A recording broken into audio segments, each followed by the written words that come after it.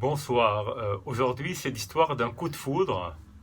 Il y a 2 ans, j'étais allé dans un restaurant très connu de Madrid, qui est tenu par David Muñoz, qui s'appelle Diverso. C'est un des plus grands restaurants du monde. C'est même carrément une œuvre de théâtre quand on va dîner là-bas. Donc, de la cuisine extrêmement novatrice. Et puis une carte des vins qui était... bon, je suis perdu dans la carte des vins, ce qui arrive des fois quand vous êtes en face d'un très grand choix de vins. Et là, je me suis fait, sur certains vins, guidé par un sommelier. Et, euh, et j'ai choisi un vin de Madrid. C'est la première fois que j'en goûtais un. Et ce fut le coup de foudre. Du coup, revenu, j'ai voulu le rechercher. J'en ai acheté quelques bouteilles que j'ai laissées de côté. Et là, aujourd'hui, j'ouvre donc une bouteille de ce vin. Alors, c'est un vin qui s'appelle Rosas Premier Cru. La bodega s'appelle Comando G. Euh, et c'est fait par trois vignerons qui ont chacun leur vigne par ailleurs et qui se sont associés pour ce projet afin de créer un vin qui leur plaît à tous les trois. Alors ils ont choisi Commando G ou Commando G en référence à des dessins animés parce qu'ils font partie d'une génération qui a été, bon, les 30-40 ans en Espagne, qui ont été très influencés par cette série culte en Espagne qui avait été reprise d'une série japonaise, reprise par des Américains, enfin bref, et qui a atterri en Espagne au moment où ils étaient adolescents. Et donc, comme ils adoraient tous les trois cette série culte, ont décidé d'appeler le projet comme ça. Et donc là, on est dans la Sierra de Gredos, parce que la communauté de Madrid, si jamais vous atterrissez en avion, vous verrez que c'est un désert, c'est presque comme Las Vegas.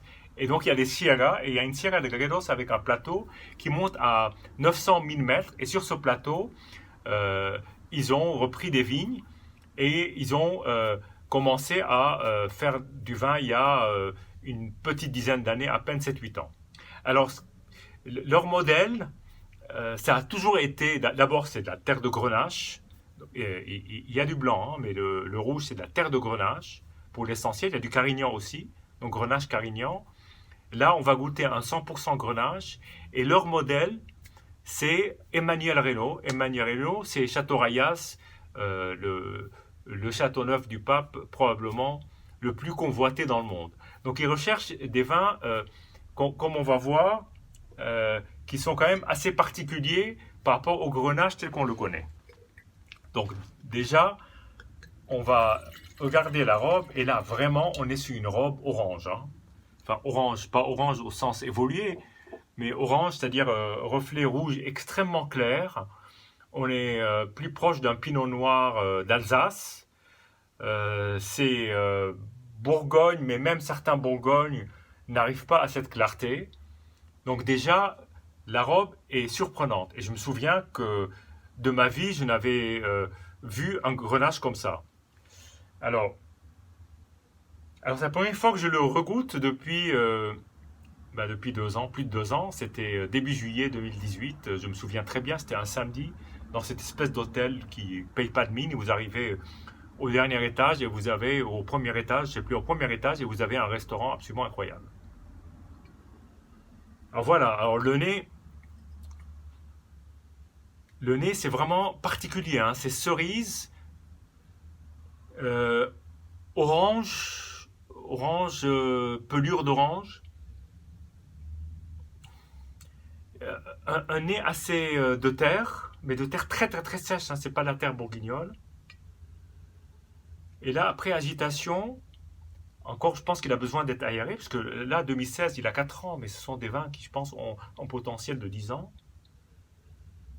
Et là, on est vraiment sur quelque chose de très, très doux au nez, très doux.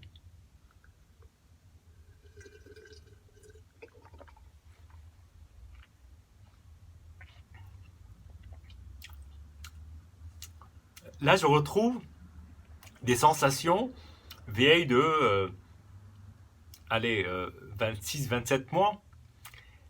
C'est le contraste qu'il y a entre un nez qui a l'air plutôt, on va dire, pas trop puissant, pas trop agressif, à une bouche qui, elle, explose. Et c'est là que je trouve que ce vin a quelque chose de vraiment particulier. C'est-à-dire que l'attaque, elle est tout de suite très puissante. Ensuite, il y a un développement, il y a une fraîcheur en bouche qui est absolument incroyable. Là, je l'ai laissé rafraîchir. Enfin, rafraîchir, entendons-nous, on est à 16-17. Et de manière à ce qu'il puisse totalement s'exprimer et que la chaleur ne l'étouffe pas. Et c'est d'une puissance et d'une fraîcheur. C'est la symbiose des deux. Voilà.